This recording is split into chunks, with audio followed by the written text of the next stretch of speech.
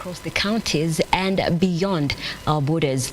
I'm Nelima. Welcome to the broadcast, and you can stream this live broadcast across our social media platforms. Lookuptv on Twitter, Lookuptv on Facebook, Lookuptv on our YouTube channel.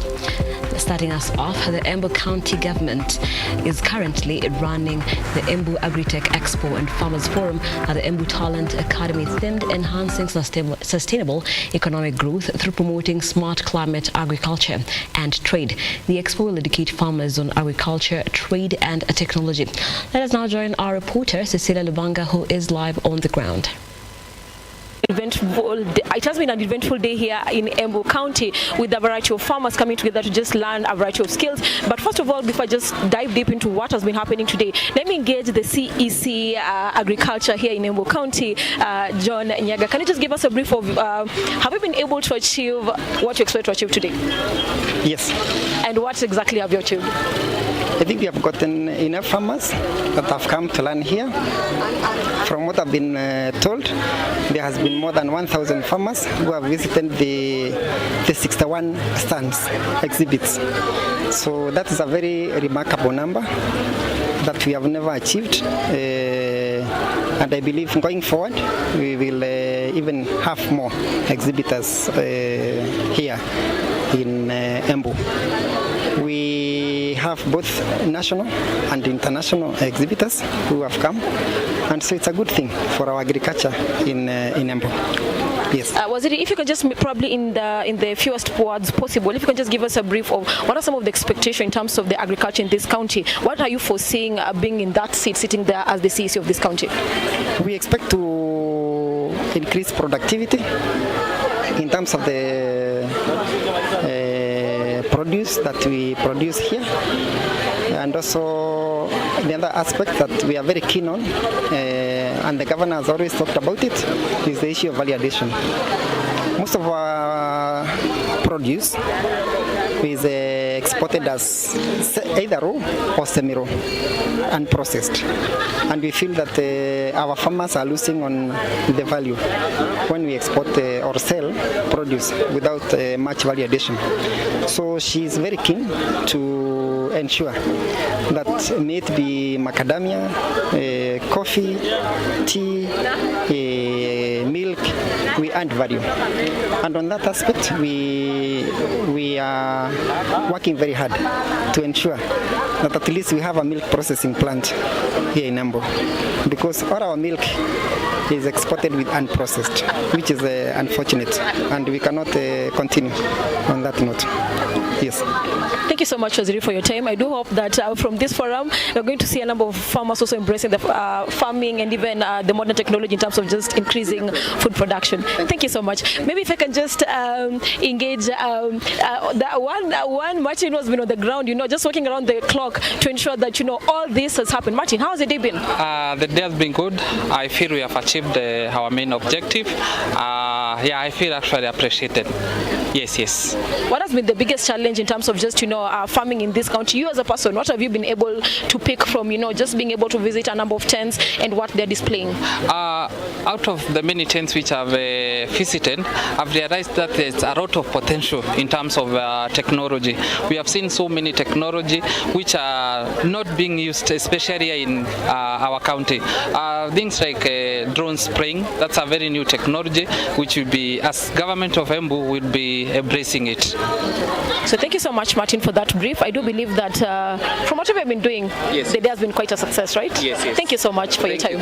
So Nelima, back in studio. First of all, before I just maybe take you back to to anchoring, well, it has been an eventful day here in Embu County, specifically here at the youth department, whereby we've just seen a number of individuals who have been able to display a number of equipments that can be embraced in terms of improving modern farming. So of course, it has been a successful day, and we have just engaged a number of people who have been able to bring their products and even be able to they have been able to display a number of things that they've been able to sell, the ideas from skills to equipments to a number of farmers. So let me just engage one of them who has been here the entire day from dusk to dawn just to be able to sell their products. So you can just start with your name and what exactly have you been doing today, and have you been able to achieve what you had set your mind on achieving today? Okay, thank you very much.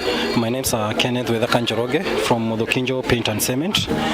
We are distributors of cement, paint, and waterproofing materials. We have around 17 branches across the country. Basically, we are here as exhibitors, and we are grateful for the opportunity that we have been given. And the event was successful. We got a number of people that we interacted with, and we gave contacts. And yes, we are happy for the event. Yes. Running this business in Embu County, what has been the major challenge? What are some of the things you think that needs to be put in place in terms of just being able to improve you as a business owner to run your business? I think also in terms of we are told in terms of marketing, there has been a challenge in terms of the fees that we pay to the county government, and also we have a challenge, especially where we have a shop. We have a small parking. If that one can be expanded to so that our customers can be given a better place to have a parking, that will be much better for us. Yes. So far, so good. Yes. Thank you so much. Yes. Okay. Thank you very much. Okay. So Nelima, that's the much that you can get from the horse's mouth from what has just been happening from dusk to dawn in terms of just being able to display the equipment, their skills, and even being able to interact with farmers in terms of just ensuring food productivity in this county has grown and has been expanded, and being able to just export goods to other counties as well as other countries and just improve food productivity in this county. Back to you in studio, Nelima. Thank you, Cecilia Lubanga, for that. These are live pictures from Embu at the Agricultural Expo that is happening, currently underway right there. And of course, Cecilia Lubanga will be giving us more details in our subsequent bulletins. Moving on, President William Ruto has assured Kenyans in the diaspora that his government is committed to bettering their lives and will be looking to address the challenges they face. Addressing Kenyans on his visit to the US, the head of state said his Kenya Kwanza government will first track the digitization process of all government functions to be ready for use in the next 6 months, as it targets to make the task of passport application and diaspora home investment centralized and seamless.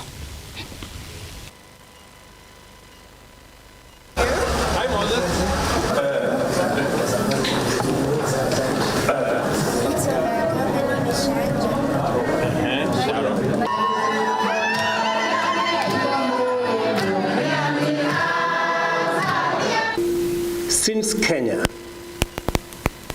doesn't have gold and silver and oil to export, we have one commodity that is better than gold and silver and oil, and that is our human capital.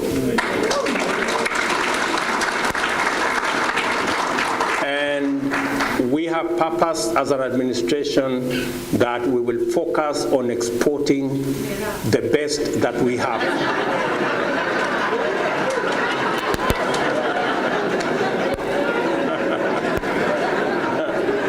Our Department for Diaspora Affairs will be working with our Ministry for Labor to ensure that Kenyans have the best possible opportunity to work anywhere in the world. To make sure that Kenyans at home and those in diaspora have access to government services easily without having to travel long distances, without having to queue anywhere. I have undertaken that in the next 6 months, all government services will be digitized and will be available online. I mean all government services. At the moment, we have only 300 government services available online. But in the next 6 months, we will have onboarded 5,000 government services online and available on the digital platform, so that even when you are anywhere in the world, you can still access government services, and we have already agreed with all the stakeholders. We have put in place the necessary mechanism to ensure that that happens, and I mean in 6 months. We've organized a system. When you're building a house, some of you have become victims. You're building a house. When you go home, you find that the photos that you are being sent by your relatives were actually your neighbor's house. They are not your house.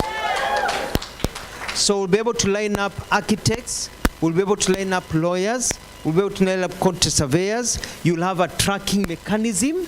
Before any money leaves your account to pay anybody, there will be a check system so that you know that the monies you're sending home to your parents for any projects are being used properly. And back to the country, Nairobi residents have urged Nairobi Governor Johnson Sakaja to extend the ongoing Nairobi Festival during the Christmas period, as most of the families will enjoy it. The residents said this after visiting several entertainment joints at the park, including the one and only gravitation machine in East and Central Africa. It was ending. The place is so fun. I actually would like if they could just leave it until Christmas so that people can enjoy themselves. Yeah. I'd like to tell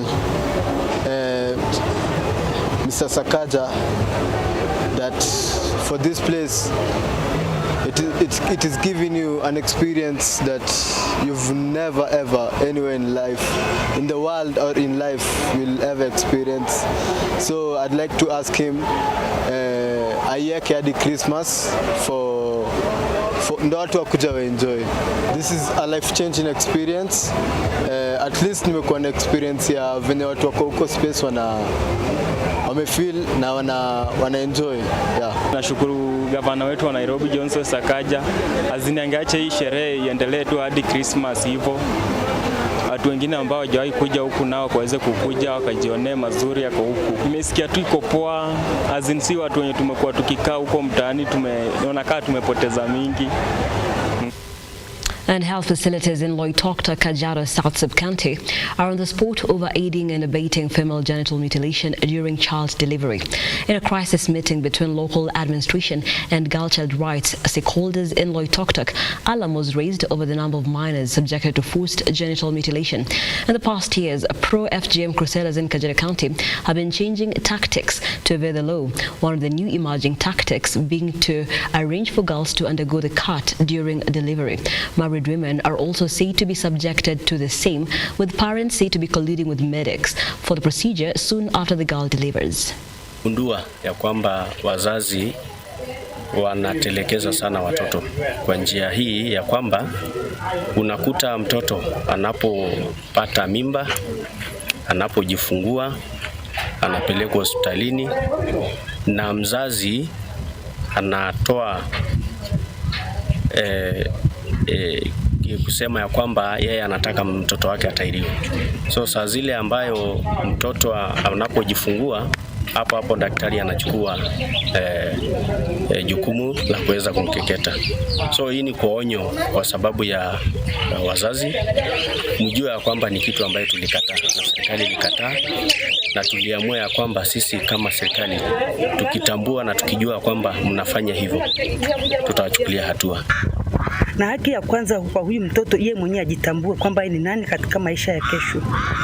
Na ndipo sasa tumekaa kama jamii, tumeshirikiana na viongozi wa serikali, washirikiana na kanisa pamoja na washikadau wengine kuhakikisha yule mtoto Mkenya ambaye ndio taifa letu la kesho amejua kwamba acha tahiri kichwa akili lakini sio mwili, ili at least tupate taifa ambalo litategemewa kesho.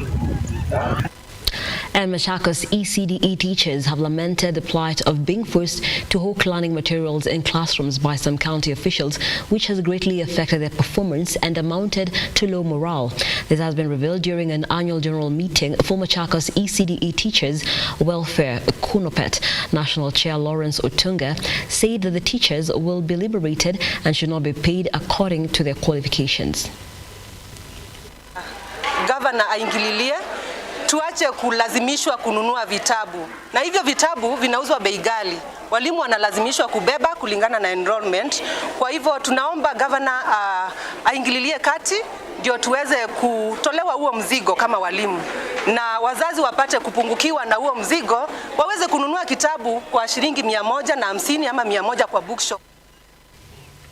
And the Ilmutiok location, Laikipia County Chief Jacob Iangere, who was shot dead by armed bandits 2 weeks ago, has been laid to rest at his home in Tiamumut in Laikipia North constituency. Laikipia County leaders, led by Laikipia North Member of Parliament, have called on to the government to make sure that those involved be brought to book. The leaders have called for quick implementation of the policies in protecting the lives and property of the residents. And right about human rights. Polisi wakiua wakora wanaambiwa human rights. Mimi nataka kuomba IPOA leo. We'll give you the coordinates of where these thieves are.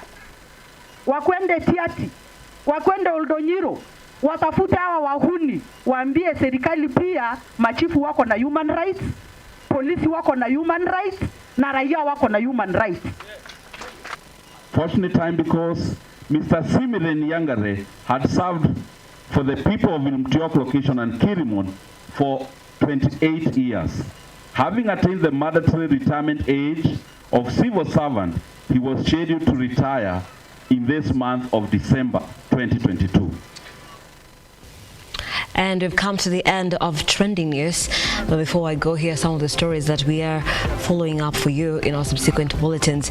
We have the Deputy President who is actually making headlines right now for saying that good wives come from University of Nairobi. I don't know what your thoughts are on the same, but of course we'll be looking at him speaking about the KQ wars as well, and the Mavoko 3 sentencing.